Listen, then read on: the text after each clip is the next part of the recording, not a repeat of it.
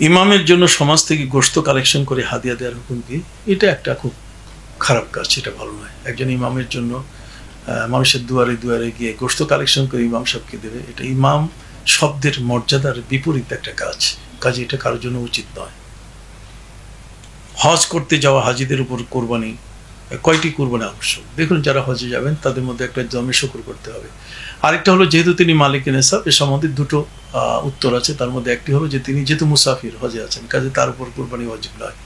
আর অপরটি হলো, যেহেতু তিনি তার দেশে সম্পদ রেখে তিনি গেছেন, তার সেক্ষেত্রে তার উপর কোরবানি ওয়াজিব হবে। কিন্তু প্রথমটি শুদ্ধ, যে তিনি তার তামাত্তু এবং কেরান হাজি হলে একটি তিনি কোরবানি করবেন দমে শকর, আর বাকি মুসাফির থাকার কারণে তার উপর যে ওয়াজিব কোরবানি এটা রহিত হয়ে যাবে। মৃত ব্যক্তির ওসিয়ত করার কুরবানির গোশত আত্মীয়রা খেতে পারবে? হ্যাঁ, কুরবানির গোশত আত্মীয় স্বজন নিজে সবাই খেতে পারবে, ওসিয়তের কুরবানি হলেও কোনো বাধা নেই।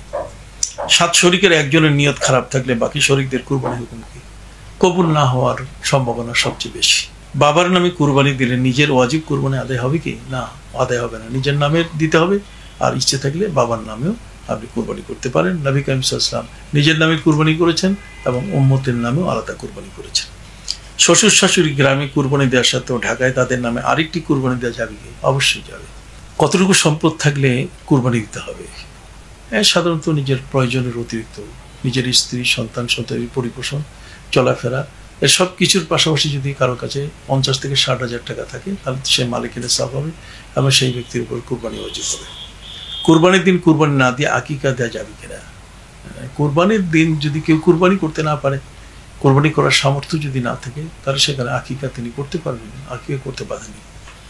নখ চুল না কাটা কি শুধু যারা কুরবানি করবেন তাদের জন্য নাকি সকলের জন্য? এটি সাধারণত যে ব্যক্তি কুরবানি করবে তার জন্যই, বাকি অন্য যারা আছে তারা নখ বা মাথার চুল কাটতে পারবেন। আকিকা ছাড়া কুরবানি হবে কি? হ্যাঁ, অবশ্যই। আকিকা এক জিনিস, কুরবানি আরেক জিনিস। কুরবানি হচ্ছে মালিক নেসাবের উপরে, আর আকিকা হচ্ছে সদ্য নবজাতক যে শিশুটি মাত্র জন্ম নিল, তার 7 দিন অথবা 14 দিন বা 21 দিনের মাথায় তার জন্য আকিকা করা, এটি সুন্নাহ। জীবিত অবস্থায় দাদা দাদির আকিকা হয়নি, তাদের মৃত্যুর পরে তাদের নামে আকিকা দিয়ে কুরবানি করা যাবে? দেখুন, এখানে আকিকার সাথে কুরবানিকে যোগ করা হচ্ছে, এটা ভালো। কিন্তু কারো আকিকা যদি না হয়ে থাকে, তাহলে কোনো ব্যক্তি যদি আকিকা তার বয়সে, যেমন একজন ব্যক্তি এখন 50 বছর বয়স তার, কিন্তু শিশুকালে তার মা বাবা আকিকা করেনি, কাজেই 50 বছর বয়সে নিজের আকিকা নিজেই করা যাবে। নবী করিম সাল্লাল্লাহু আলাইহি ওয়াসাল্লাম তিনি নিজের আকিকা নিজেই করেছিলেন। তবে হ্যাঁ, মৃত ব্যক্তি যদি এমন কেউ আছে, যদি নিশ্চিতভাবে জানা যায় তাদের আকিকা করা হয়নি, যদি কেউ তার ওয়ারিশ বা তার বংশধরের মধ্যে কেউ যদি আকিকা করতে চায়, তার বাধা নেই। কুরবানির পশু জবাইয়ের আগে করণীয় কি? পশুর গলা কতটুকু কাটতে হবে?